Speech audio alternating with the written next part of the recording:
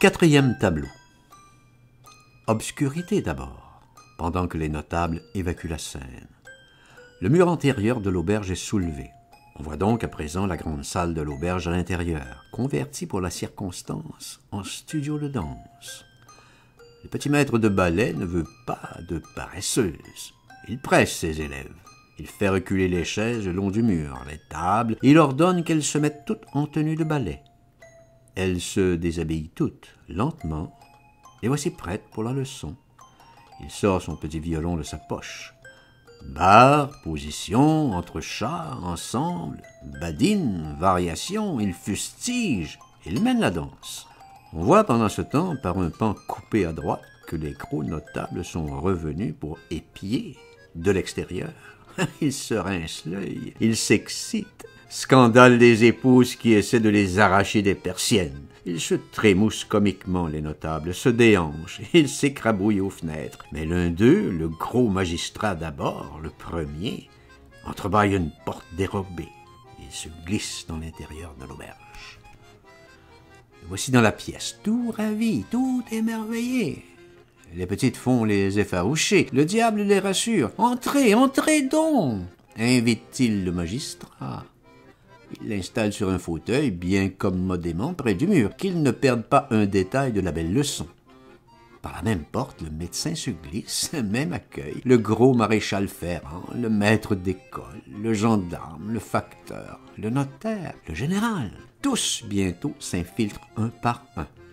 Ils sont installés sous le charme de la danse et des danseuses. Tous les représentants des grands et petits métiers, et les notables hypnotisés par la leçon. Ils miment les gestes, les positions, les arabesques, les variations. Le diable est ravi. Le poète arrive enfin le dernier. Il est bientôt le plus exalté de tous.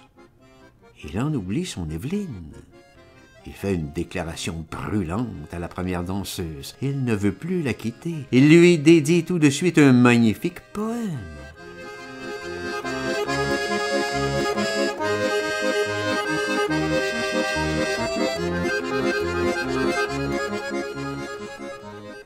Cinquième tableau. À nouveau devant l'auberge. Le carrosse est à présent réparé. On l'amène devant la porte. Tout est prêt pour le départ.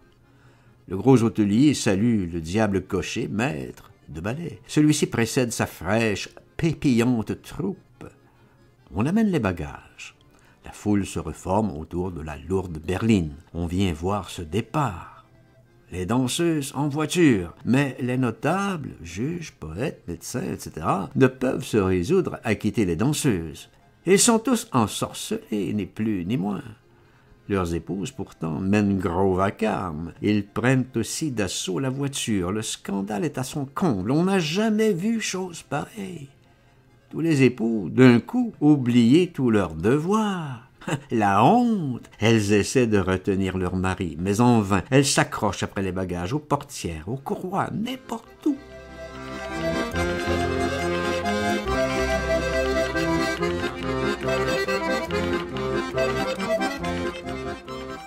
Les époux grimpent sur le toit de la berline, escaladent la lourde voiture. On démarre. Le poète s'arrache au bras d'Évelyne. Il court après la voiture, après l'étoile. La voiture déjà loin, grande colère, grand dépit des épouses, haine, vengeance, poing crispé, anathème. Karalik, la vieille sorcière, mène, attise la furie. Et puis toutes les épouses évacuent la scène. Reste seule Évelyne enceinte dans la pénombre.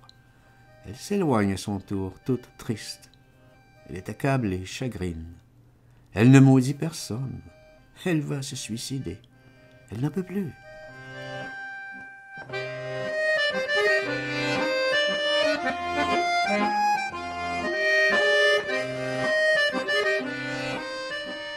Sixième tableau. Dans la clairière comme au premier tableau. Évelyne entre seule, de plus en plus douloureuse et désespérée. Elle traverse doucement vers la rivière. Elle pense à la mort. Entre les anges de la mort, en voile noir, danse de la mort. Les anges entourent, bercent Évelyne. Elle essaie de danser, elle ne peut plus. Elle défaille. Lent mouvement de regret et d'abandon, au bord de l'eau. La mort entre aussi. Elle-même danse. Elle fascine Évelyne, l'oblige à danser. À ce moment, un homme, un chasseur, traverse toute la scène. Il cherche, il fouille les taillis. Les anges de la mort s'enfuient à son approche. Évelyne reste seule sur un rocher, accablée. Le chasseur repasse encore, plusieurs chasseurs. Puis une biche traverse vivement. La biche amie, compagne des petits esprits de la forêt. Elle est poursuivie par les chasseurs. Elle repasse. Elle est touchée, une flèche au flanc, du sang. Elle s'écroule juste au pied d'Évelyne. Évelyne se penche sur la biche, l'emporte, la cache derrière le rocher, sur un lit de mousse. Le chasseur revient sur ses pas, demande à Évelyne si elle n'a rien vu. Une biche blessée? Non, elle n'a rien vu. Les chasseurs s'éloignent. Évelyne trempe son voile dans l'eau fraîche, pense la blessure de la biche. Les petits esprits de la forêt surgissent du bois. Fête, embrasse Évelyne, qui vient de sauver leur petite amie, la biche. Reconnaissance. Mais Évelyne n'est pas en train du tout de se réjouir. Elle leur fait part de son désespoir, l'abandon du poète. Elle ne peut plus vivre, elle ne veut plus vivre. La funeste résolution. Sauter dans la rivière. Les petits esprits protestent, se récrient, s'insurgent. Elle, mourir? Ah non! Elle doit demeurer avec ses petits amis. Pourquoi tant de chagrin? Elle explique que le poète a suivi la merveilleuse danseuse, séduit. Désormais sans défense, Évelyne n'a pas su le retenir. Comment rivaliser? C'en est trop. Qu'à cela ne tienne, danser, s'esclaffent les petits esprits. Danser? Mais nous allons t'apprendre, nous, et tu danseras mieux qu'aucune autre danseuse sur terre.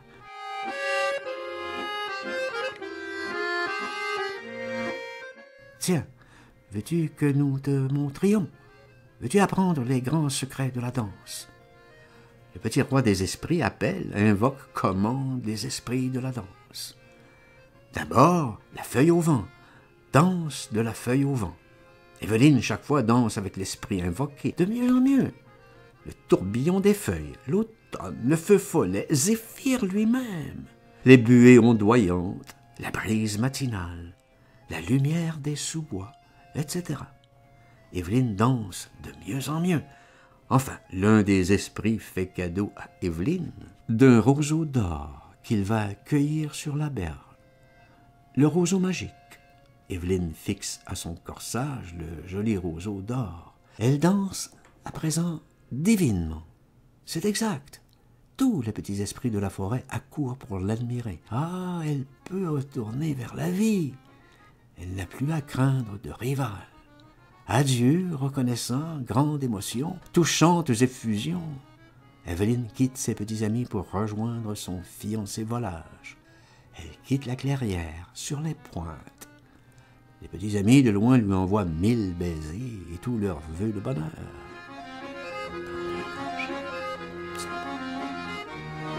Ça va bien. Encore une fois, devant l'auberge. Évelyne est tout de même un peu désemparée avec son roseau d'or. Comment retrouver son fiancé?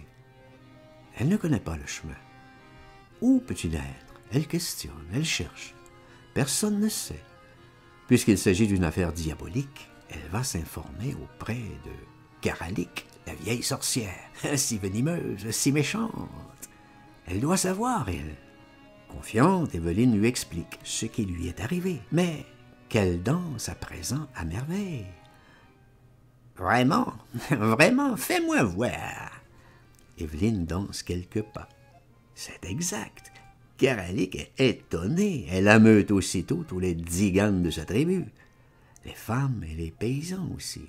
Ils entourent Évelyne. Qu'elle danse, qu'on l'admire. Évelyne danse. Le charme est infiniment puissant, irrésistible, immédiat. Les hommes sont tous aussitôt séduits. Les tziganes surtout. L'un d'eux se détache du groupe. Il vient danser avec Évelyne. Les fleurs. Il est envoûté. La vieille Karalik, dans la foule, pendant ce temps, attise la jalousie des femmes. Tu vois, elle possède le charme à présent, le grand secret de la danse. Elle va te prendre ton homme. Défends-toi, gitane. Elle force un poignard dans la main d'une des épouses, la femme du tzigane qui danse avec Evelyne à ce moment. Evelyne ne prend garde. Elle est poignardée en plein dos. Evelyne s'écroule. La foule se disperse. Horrible! Le corps d'Evelyne reste en scène, morte. Un pinceau de lumière sur le cadavre. La scène toute noire.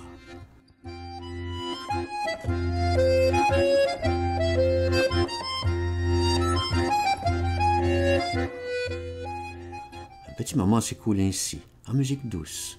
Et puis, tout doucement, l'on voit surgir de l'ombre 1, 2, 3 petits esprits de la forêt. 3, 4, la biche, la gazelle, les elfes, le feu follet, le gros hibou. Conciliabule alarmé, désolé, pathétique des petits esprits de la forêt. Ils arrachent le grand couteau de la plaie. Ils essaient de ranimer la pauvre Evelyne. Rien à faire. Le petit roi des elfes est plus désespéré que tous les autres petits esprits encore.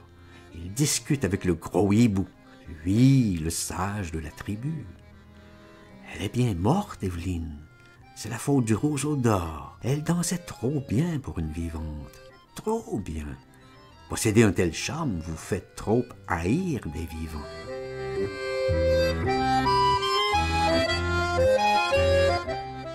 Faire naître trop de jalousie vous fait tuer, très certainement. Comment faire? Le gros hibou a une idée. Dans la légende, il est écrit, dans la légende de la forêt, que si l'on prend 3 gouttes de clair de lune sur le front d'une vierge morte amoureuse, celle-ci peut ressusciter à l'état de fée. Les gouttes de lune sont les gouttes de rosée nocturne qui se trouvent au rebord de certaines orties et qui ont subi le rayonnement de certaines phases de la lune. Hibou connaît dans la forêt certaines araignées croisades qui collectionnent dans sa toile certaines gouttes de ce cru de lune rarissime. Il part à la recherche de l'araignée, danse d'espoir des petits esprits de la forêt autour du cadavre. Hibou revient avec l'araignée qui presse dans les plis de son ventre une minuscule fiole pleine de gouttes de lune. Elle verse 3 gouttes sur le front d'Evelyne, qui reprend tout doucement connaissance, en joie des petits esprits. « Où suis-je? Qui suis-je » demande Evelyne. « Tu es notre petite fée, Evelyne. »« Mais je suis bien vivante. »« Non, tu ne peux plus retourner parmi les vivants. Tu restes avec nous désormais.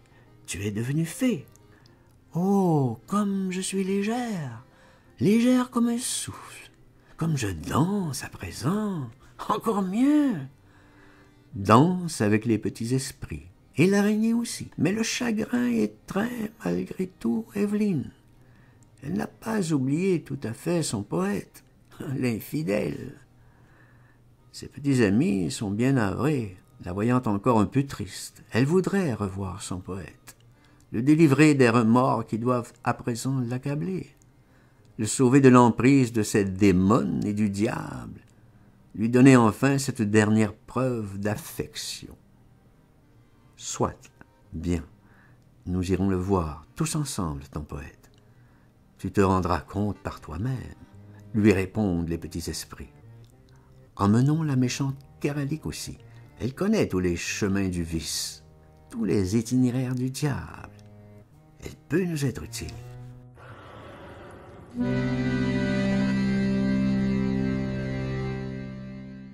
Ils partent à la queue leu-leu, ribambelle des petits esprits, Evelyne et Karalik à travers les taillis, plaines et buissons, à la recherche du château du diable. Ils passent devant le grand rideau, dansant à la file indienne. Crainte, espièglerie, effroi, etc.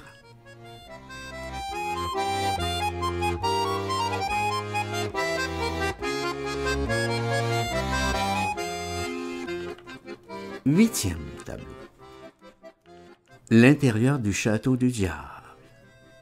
Beaucoup d'or, des flammes, des couleurs très vives. Le petit diable cocher maître de ballet est alors là, chez lui, habillé nature en démon véritable. Il préside une table fabuleusement servie, fraises énormes, poires formidables, poulets comme des bœufs. Tous les notables du village sont attablés. Le juge, le notaire, le général, le médecin, l'épicier aussi, le professeur. Entre chacun de ces damnés, une danseuse, c'est-à-dire à présent une véritable démone. L'orgie bat son plein. Tout en haut des marches, un énorme Lucifer, lui-même tout en or, mange seul des âmes toutes crues, à sa table, avec un couvert tout en or. Les âmes ont la forme de cœur. Il les déchire à pleines dents. Il avale des bijoux aussi. Il sucre les cœurs avec des poudres de diamants. Il boit des larmes, etc. Le poète est enchaîné à une petite table. Il déjeune aussi, mais il est enchaîné. La démone, première danseuse, danse devant lui. Pour lui, l'ensorcelle. Mais il ne peut jamais la toucher, l'atteindre. Il essaie. Il est au désespoir.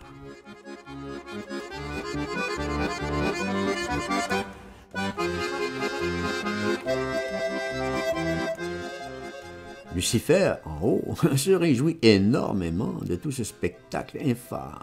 Il en veut toujours davantage. Qu'on se divertisse. Il commande au petit maître de ballet de faire danser tous ces damnés. Au fouet! Tous dansent alors comme ils peuvent, chacun dans son genre. Le juge avec ses condamnés, le juge bien Rubicon, les condamnés bien maigres avec leurs boulets et leurs chaînes, leurs femmes qui portent des rançons. Le vieil avare danse avec les huissiers, avec les emprunteurs ruinés. Le général avec les soldats morts à la guerre, rave avec les squelettes et les mutilés de la guerre, tout sanglants. Le professeur avec ses élèves morveux, ses garnements, les doigts dans le nez, les oreilles d'âne, le gros souteneur avec ses putains et les vicieuses et les fillettes, l'épicier avec ses clients volés, ses faux pois, ses fausses balances, le notaire avec les veuves ruinées, ses clients escroqués, le curé avec les bonnes sœurs volages et les petits clercs pédérastes, etc.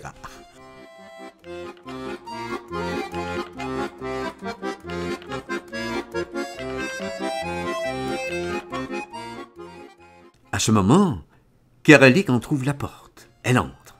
Derrière elle, Evelyne et les petits esprits de la forêt. Surprise des démons, Lucifer n'est pas content.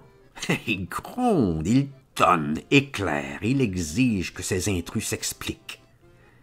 Evelyne fait mine de vouloir délivrer le poète enchaîné. « Non, non, non !» défend Lucifer, qu'Evelyne danse. Les démons sont jalouses. Karalik montre à Lucifer qu'Evelyne possède le sortilège des danses, le roseau d'or. Un démon va le lui arracher. Alors Evelyne fait un geste, un seul, signe magique, et tout le château s'écroule. Et toute cette diablerie est dispersée par un formidable ouragan. Nuit profonde. Nous nous retrouvons dans la clairière comme au début. Evelyne a délivré le poète. Ses chaînes sont brisées. Elles sont aux pieds d'Evelyne. Il implore son pardon. Evelyne pardonne. Il la supplie de ne plus jamais le quitter, qu'elle ne s'éloigne plus jamais. Mais elle ne peut plus demeurer avec lui. Elle est fée à présent. Elle appartient à ses petits amis de la forêt. Elle n'est plus humaine. Il l'embrasse. Il veut l'émouvoir, mais elle demeure insensible, froide aux approches charnelles. Elle n'est plus que songe, esprit, désir. Elle est devenue fée. Le poète est déçu, mais toujours amoureux. Pour toujours amoureux. Davantage, toujours davantage, de son Evelyne devenue fée. Evelyne s'éloigne tout doucement, entraînée par ses petits amis. Elle disparaît, se dissipe, mousseline, de plus en plus épaisse vers le fond de la scène, devient de plus en plus irréelle, spirituelle, diaphane. Elle disparaît, reprise par le flou du décor. Mousseline. Le poète est seul à présent. La vieille Kéralique, muée en crapaud, saute, gigote, accompagnera désormais toujours le gracieux essaim des esprits moqueurs de la forêt. Le poète, sur son rocher, au bord de l'eau, désolé, déroule son grand manuscrit. Il va chanter. Il chantera toujours ses amours idéales, poétiques, impossibles. Toujours, toujours.